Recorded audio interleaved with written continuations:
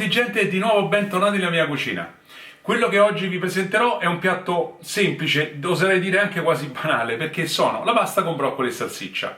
È una preparazione veramente facile ma molto costosa e questa è la mia versione. E allora ci vediamo ingredienti e ricetta e io non chiuderò il video perché non ce n'è bisogno vista la semplicità e ci vedremo al prossimo video. Un bacione a tutti!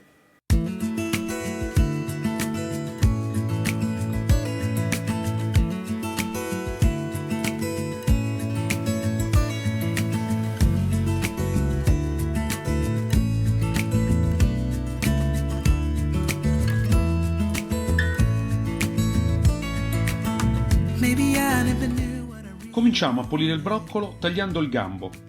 Mi raccomando, mettetelo da parte, ci servirà dopo per la crema. Poi separiamo le cime.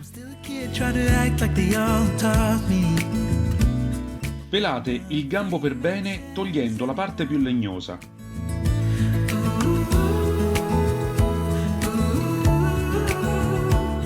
Poi lessate in acqua leggermente salata per circa 5-6 minuti o affinché non diventino teneri.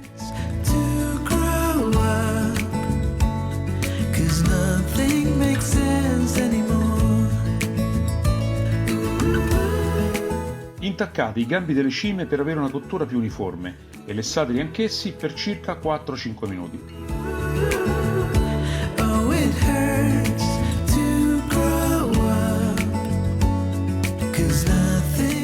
Nel frattempo mettete i gambi in un contenitore insieme ad un mestolo di acqua di cottura, dell'olio, del pepe e riducete in crema.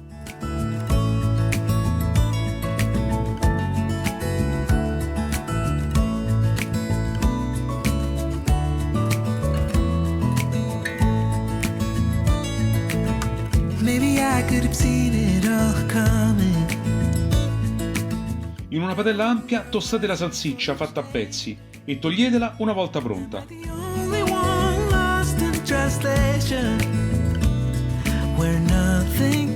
Nella stessa padella fate soffriggere con l'olio uno spicchio d'aglio e del peperoncino.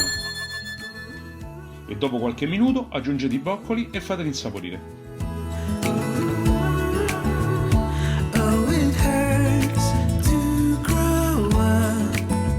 Togliete l'aglio e il peperoncino e aggiungete la crema con un mestolo di acqua di cottura.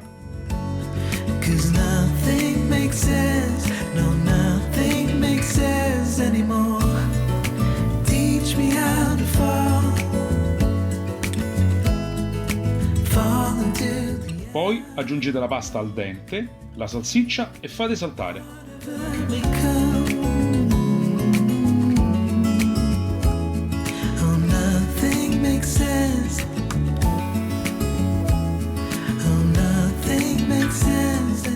E ora godetevi questo gustoso piatto. Buon appetito!